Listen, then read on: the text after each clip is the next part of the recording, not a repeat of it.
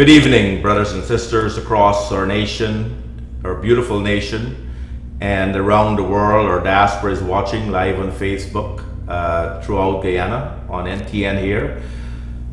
It's a great to be speaking with you tonight again on the nation's concerns. We know over the last week, for example, we have not heard from any senior government official. We are very concerned whether or not the government is functioning. We know a large segment of the population have no confidence in our current government. December 21st, we know the ruling of Parliament that says we had a no confidence vote, and Parliament was technically disbanded. The election was supposed to be called in 90 days.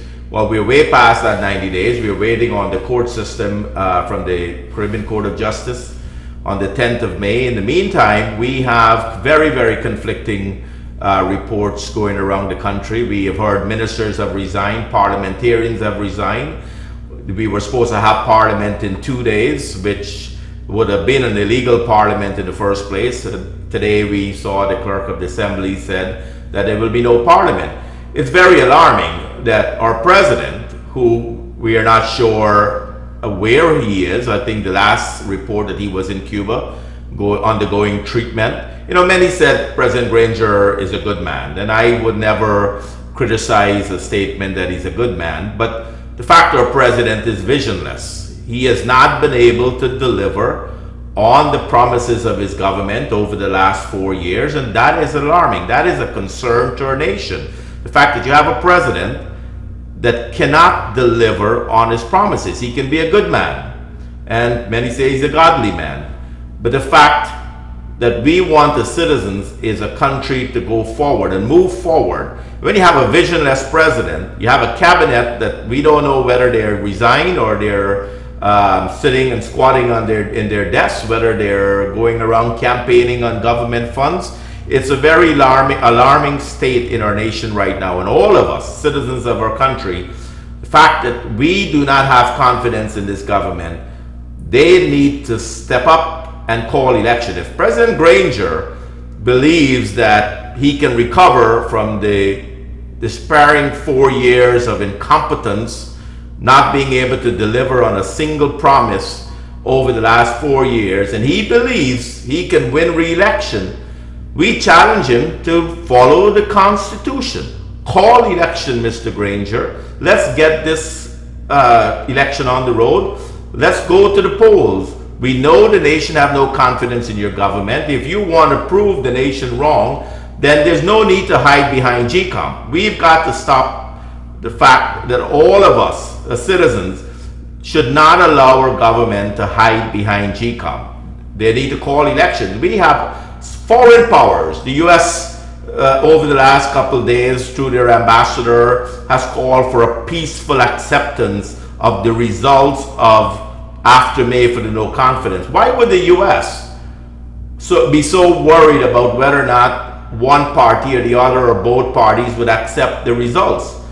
We know what the results. We know the president and maybe some people across the nation call the dunces.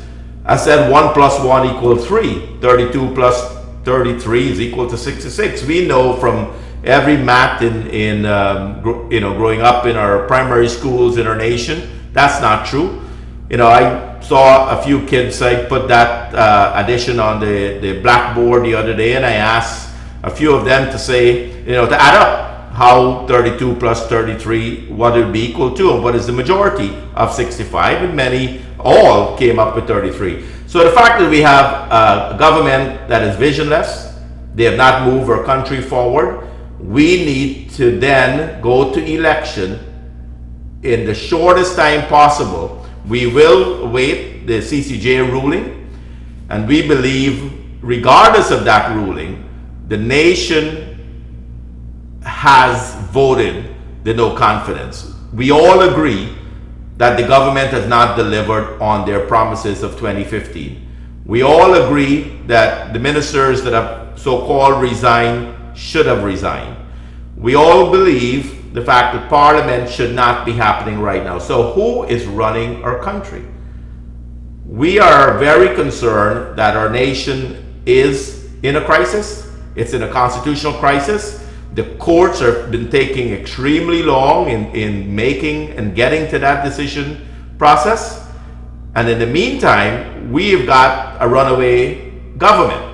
If you look over the last week alone, and I'm not going to go back all the way to the corruption in Durban Park in 2015, I'm not going to even try to explain again the pay raises that the government give themselves, weeks after taking government, when they did not deliver on a single promise, and they have not delivered on a single promise in 2019. Yet those pay raises has been retroactive over the last 4 years. They've made their money.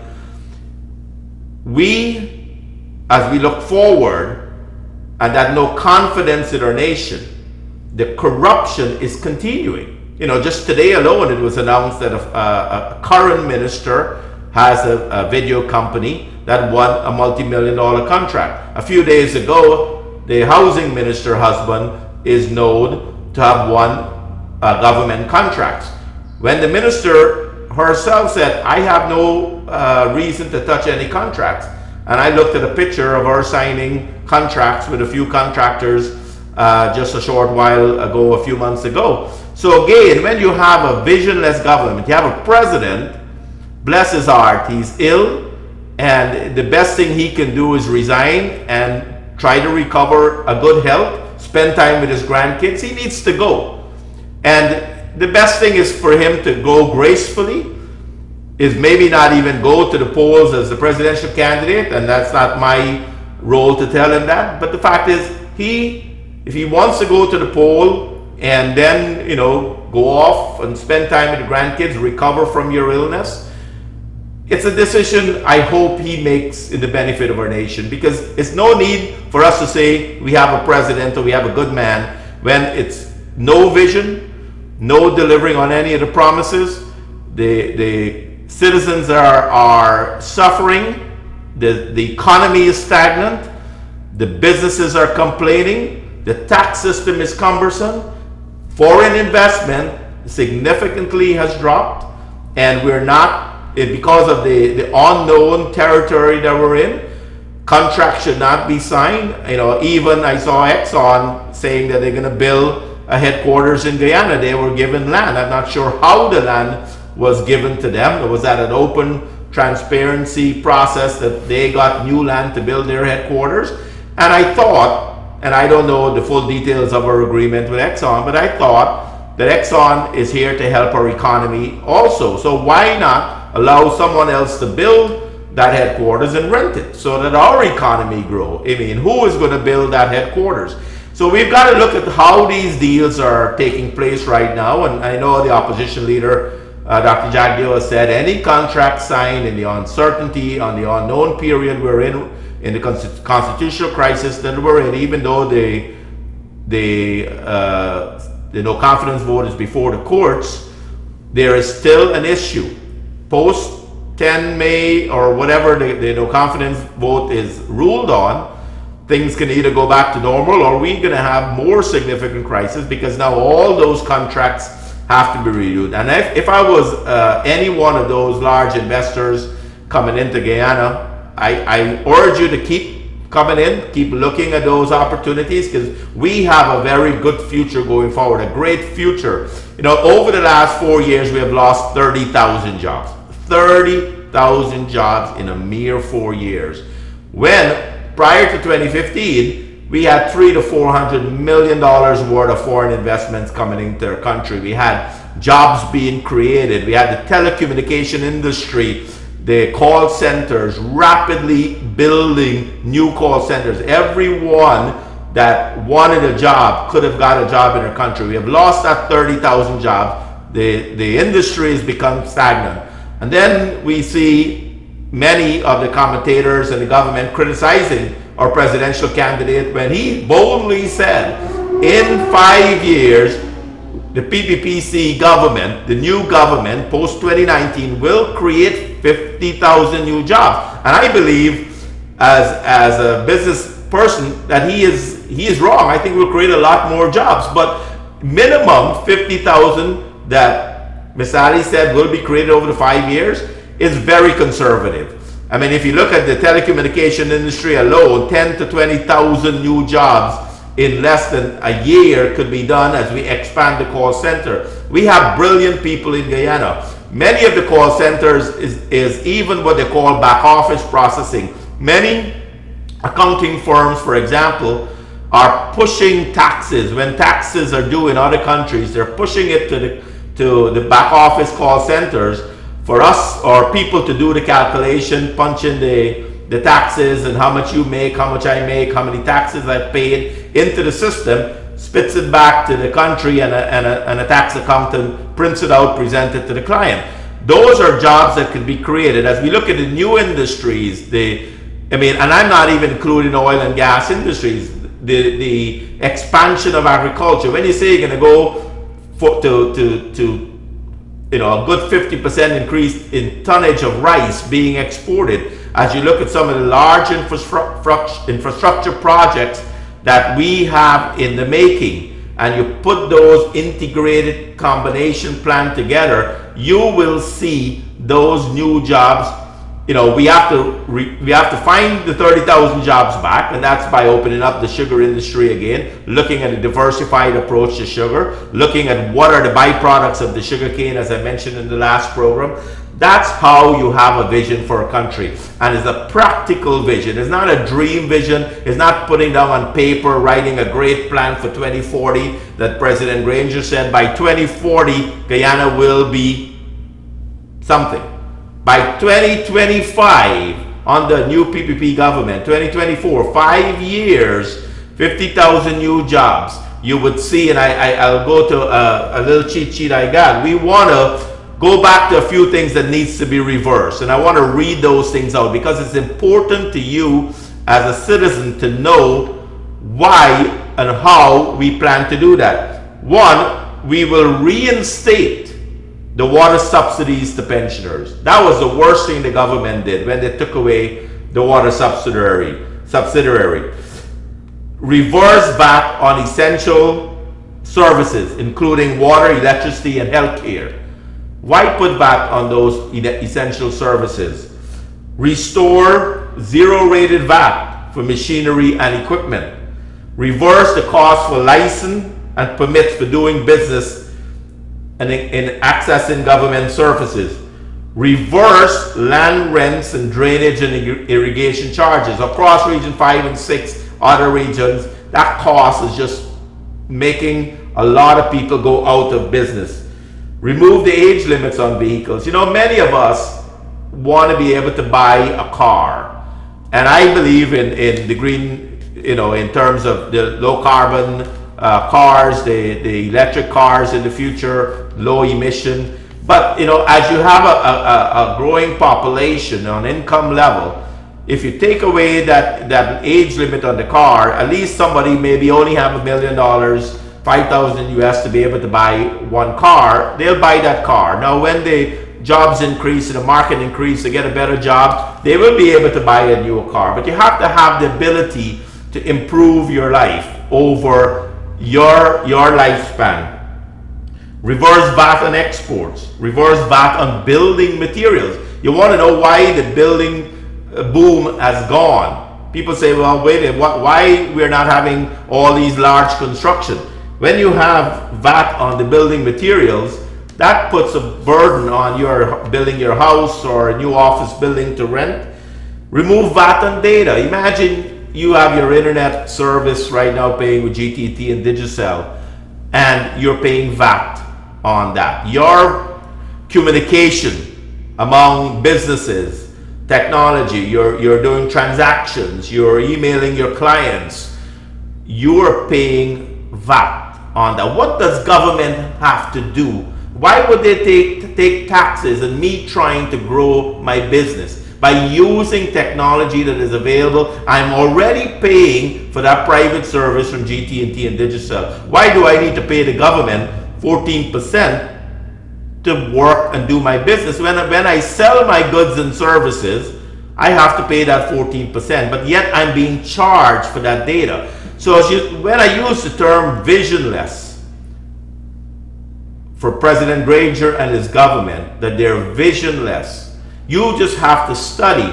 what happened around you over the last 4 years, how stagnant you have become, how that dollar in your pocket, that extra dollar you used to have, the $20, the $50, the $100, the $1,000, the $5,000, has become less and less, and your disposable funds is being diminished.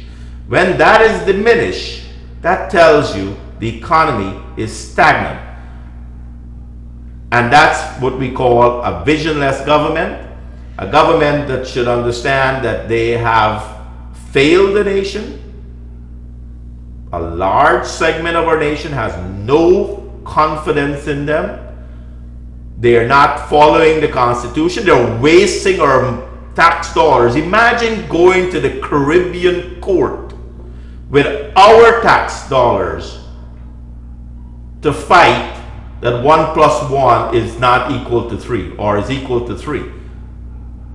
It's our tax dollars. Had the PPP lost the no confidence appeal in the Court of Appeal here in Guyana, it's private money, it's party money that would have had to be spent in order to defend that case at the Caribbean Court of Justice.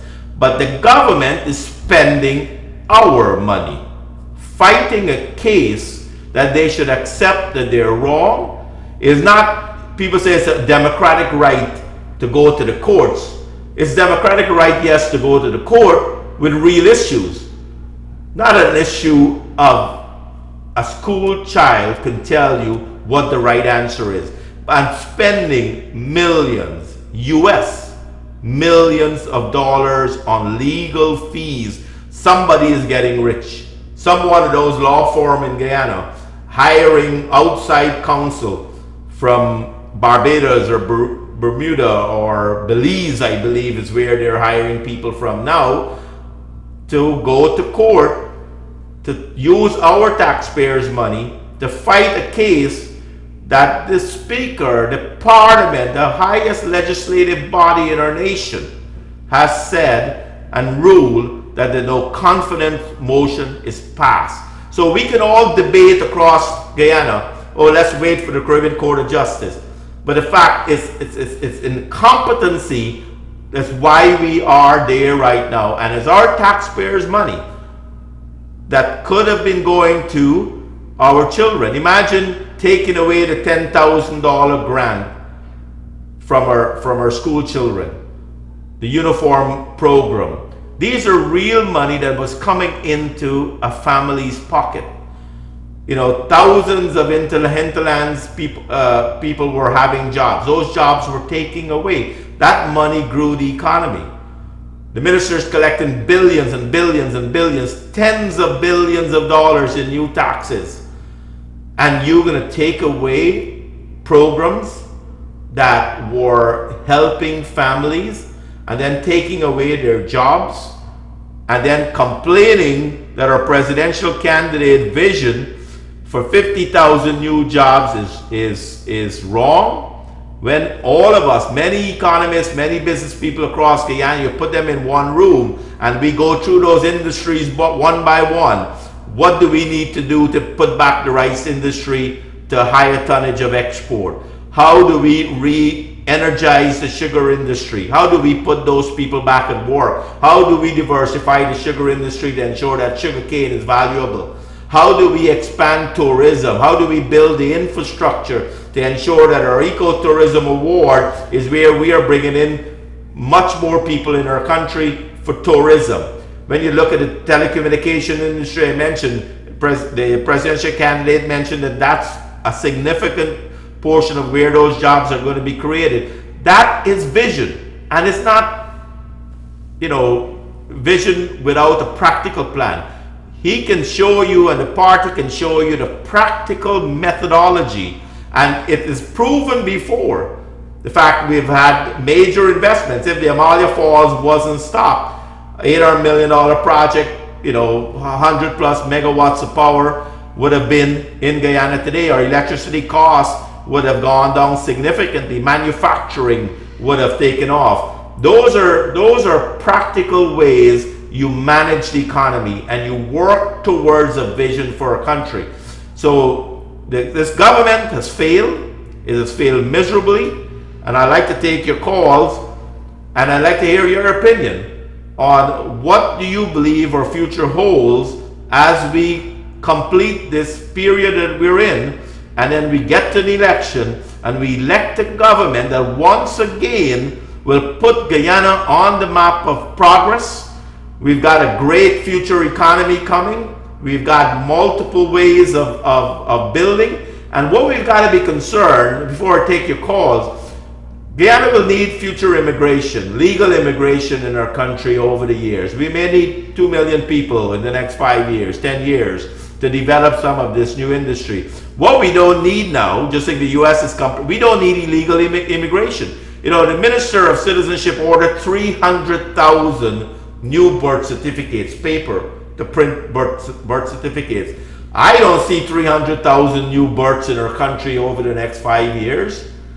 Where are these 300,000 new birth certificates going to be used? You know, when Cope Airlines lands at Timeri and we have Haitians coming out of that airplane and government officials meeting that airplane, you wonder, is that legal immigration? When I speak about 30,000 jobs lost over the last 4 years, and we have an immigration policy that is not tied to any new industries. We're not saying we need to recruit back expertise in our country. We need to attract the diaspora back here. We need to attract some of our brain drain back in Guyana. We have enough laborers and workers out there that are out of work. We don't need new people coming into the country, illegally or legally. We don't need 300,000 birth certificates that is unaccounted for, and what they plan to do with it. Ladies and gentlemen, or citizens of our nation, these are grave concerns that we all have to make sure that we ask the right questions, we get the right answers, but we put our country on a forward path where our young people, that we are able to build the arrival of the future, and we are able to ensure that their future and our country, our nation, moves rapidly, radically ahead. We can't go around that roundabout anymore very slowly. For us to succeed and move our country forward, I heard our presidential candidate there, Finale, said today, we've got to jump the curve. We've got to not slow. We are so far behind, 4 years behind. He said, we need to jump the curve, and we need to ensure that we are attracting the right people in our country. We're putting the right resources in the industries that will create those new jobs and get a country moving forward now. Good evening. Good evening, Mr. Peter Ramsaroop. Yes, sir. Nice to hear your voice. We have a government here who condemned the government before and saying that sugar be fulfilled. Right? That is number one. We can address that. Two, Milo files include the stop that project. That is too small to fail. Right? Everything is fail. Right? Now, you got to get dictionary and encyclopedia to tell you that the one majority is fail. Since when kind of can't get debate about that now? And then you got to hire foreign lawyers to try the case and to fight the case. Where are we going? When the Met going to start the problem going to create, American community we want to all over the world. And where are we going to let the people? The people decide now. Where are we going? Stop this brain drain and this politics going on. Right? People need to get up and get. Sugar already gone. It's just time for close everything down now. What more they going to do? You're talking about they can't give out lands and what have you, prime state land and get some direct jack. What happened now? The state land never becomes prime anymore. It's garbage. So you do what you feel like do. Yes, thank you. Your friends and cronies get big entity, big land to buy. What's going on? Well, I mean, the caller validated a few things I've said. I mean, when you have a visionless government, you have a runaway government, you have a government without a plan, what you're going to get is closing of sugar estates without a plan of where those people would work.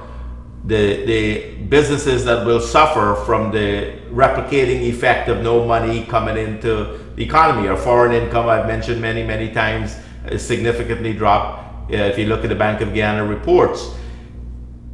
Without, no house lots have been given out. They're still struggling to figure out the housing program. And housing is a key component of growth of a developing country. And that's why in the last administration, you had such a rapid growth development, a rapid program for house lot across our country to ensure people have the ability to build a house regardless of their income level. And that is where an economy grows.